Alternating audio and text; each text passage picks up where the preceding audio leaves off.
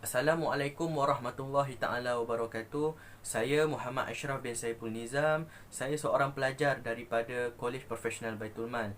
Video ini bertujuan untuk melaksanakan tugasan khidmat masyarakat PPW 2252. Baiklah, topik yang saya ingin kongsikan di dalam video ini adalah keindahan syurga. Syurga adalah satu destinasi terakhir bagi orang-orang yang beriman dan bertakwa kepada Allah Subhanahu Wa Taala, dan mereka juga berlumba-lumba untuk melakukan ibadah kepada Allah Subhanahu Wa Taala kerana untuk mendapatkan redaan-Nya di akhirat kelak. Dan mereka juga siang dan malam meminta ampun kepada Allah Subhanahu Wa Taala, mengerjakan segala perintahnya dan meninggalkan segala larangannya. Dan juga mereka mengerti dan mengetahui bahawa dunia ini hanyalah satu persinggahan sementara untuk mereka bertakwa, untuk mereka menunjukkan ketakwaan mereka, kehambaan mereka kepada Allah Subhanahu Wa Taala. Dan nak dikatakan kekayaan di dunia ini nak dibandingkan dengan syurga itu sangatlah jauh. Nak dikatakan syurga khuldi yang paling bawah sekali itu adalah nak dikatakan lebih mewah, lebih indah, beratus-ratus lipat kali ganda berbanding dengan kekayaan dunia. Dunia ini Allah katakan hanyalah daki-daki dunia, hanyalah daki-daki semata-mata. Indahnya syurga ini Allah rakamkan di dalam Al-Quran, iaitu dalam surah Al-Baqarah ayat yang ke-25 salah satunya. Dan kita akan tadabbur sedikit tentang surah Al-Baqarah ayat 25 ini. Ini bunyi begini: A'udzu billahi minasyaitonir rajim. Wa basyiril ladzina amanu wa 'amilus solihati anna lahum jannatin tajri min tahtihal anhar.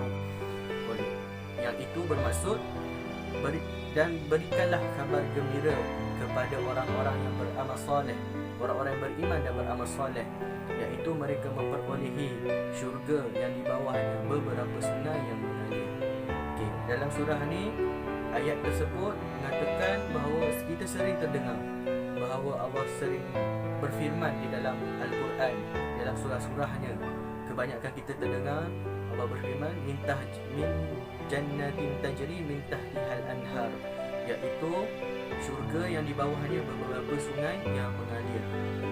Iaitu kita nak faham, kita pun tak boleh nak jangka macam mana indahnya syurga itu.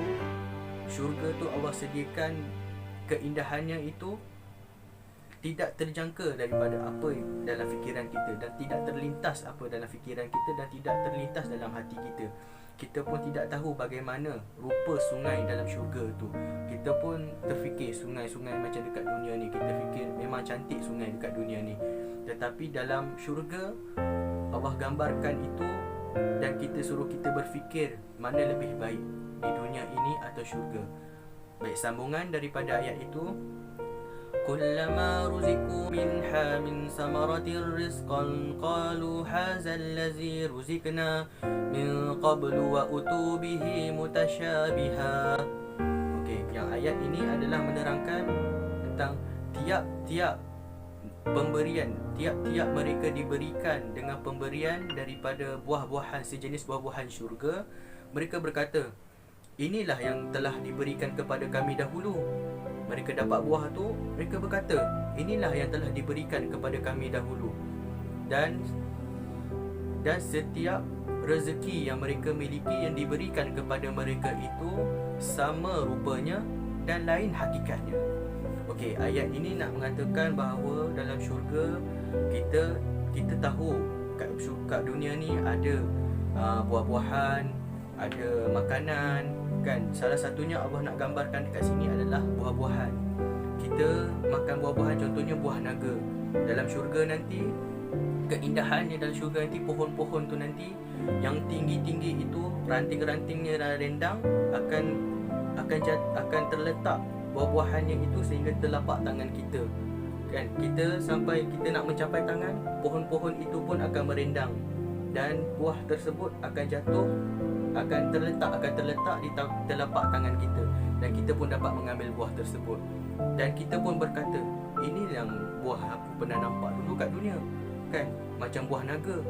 Lepas tu kita makan pun rasanya sangat lain, hakikat tu sangat lain. rupanya itu Allah nak katakan ianya akan sama seperti di dunia, tetapi lain dari segi rasanya, lain rupanya itu lebih indah, lebih cantik.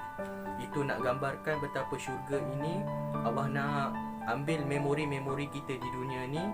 Mana yang kita pernah nampak, buah-buah mana kita pernah nampak, dekat syurga nanti ada. Jangan risau, pasti ada. Allah tahu dan Allah Maha mengetahui apa kehendak kita. Baiklah, sambungan ayat yang terakhir adalah walahum fiha azwajun mutahharah wa hum fiha khalidun. Dan disediakan bagi mereka di dalam syurga pasangan-pasangan dan isteri-isteri yang kekal bersih dan suci, dan mereka kekal di dalamnya selama-lamanya. Baiklah, ayat ini menerangkan kita kaum lelaki akan Allah kurniakan bidadari syurga. Jangan risau, kita dekat dunia ni kita dengar berbagai, kita menahan berbagai fitnah-fitnah wanita, kita berbagai dengan rintangan-rintangan kita dekat dunia, lagi-lagi kita di akhir zaman ini. Jadi Allah kurniakan bidadari syurga di dalam syurga nanti kepada kaum lelaki ini yang menahan nafsunya. Itulah kebesaran Allah Subhanahu Wa Taala kepada kita ini, betapa Allah itu sangatlah adil. Kita ini menahan, Allah memberikan apa sahaja pengurniaannya di syurga nanti, dan kita mendapat keredaan Allah Subhanahu Wa Taala. Itu sahaja yang boleh saya kongsikan di dalam video ini, dan jangan lupa tekan like dan subscribe video ini untuk kita dapat meneruskan lagi perjuangan di dalam Hero Community ini, insya-Allah. Assalamualaikum warahmatullahi taala wabarakatuh.